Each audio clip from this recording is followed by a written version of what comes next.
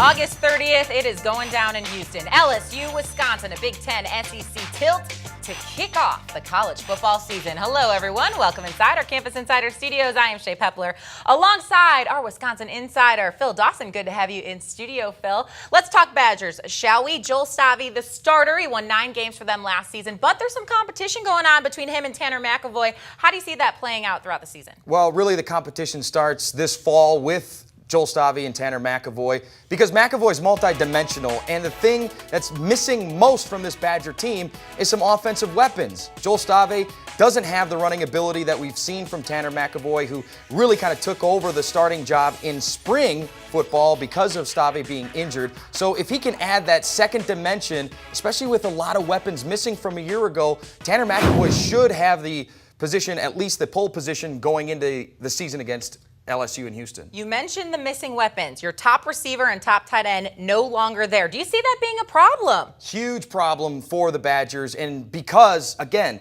who is Joel Stave, who is Tanner McEvoy going to throw to? Look at the pieces that are coming back. Kenzel Doe, Jordan Frederick, Rob Wheelwright, who was injured and didn't play a year ago. They come back with no touchdowns from their wide receiving crew. So that's not the only problem, because he also lost 2 incoming freshmen, one who decided that his girlfriend was more important than college football, and another who may have not made the grades to get into the University of Wisconsin. So again, you are missing weapons at that wide receiver position, meaning it puts a lot of stress on Melvin Gordon and Clement, and puts a lot of stress on that quarterback to make plays, and Tanner McEvoy, again, if he can make plays, may be the favorite. Well, with all of that being said, let's talk about that opener against LSU in Houston. Hey, if the Badgers can take down the Tigers, do you think that could propel them to possibly have a spot in the college football playoff? Well, it really should, because that's going to be the only game they may be not the favorites in. They may be the underdogs in this one against LSU, and probably rightfully so, because we don't know so much about the Badgers. But that is the same thing they're saying in LSU, that you got to beat this Wisconsin team. They lost a quarterback. They lost a wide receiver. They had 9 guys get drafted to the NFL, so you may be catching them at the right time, and that'll at least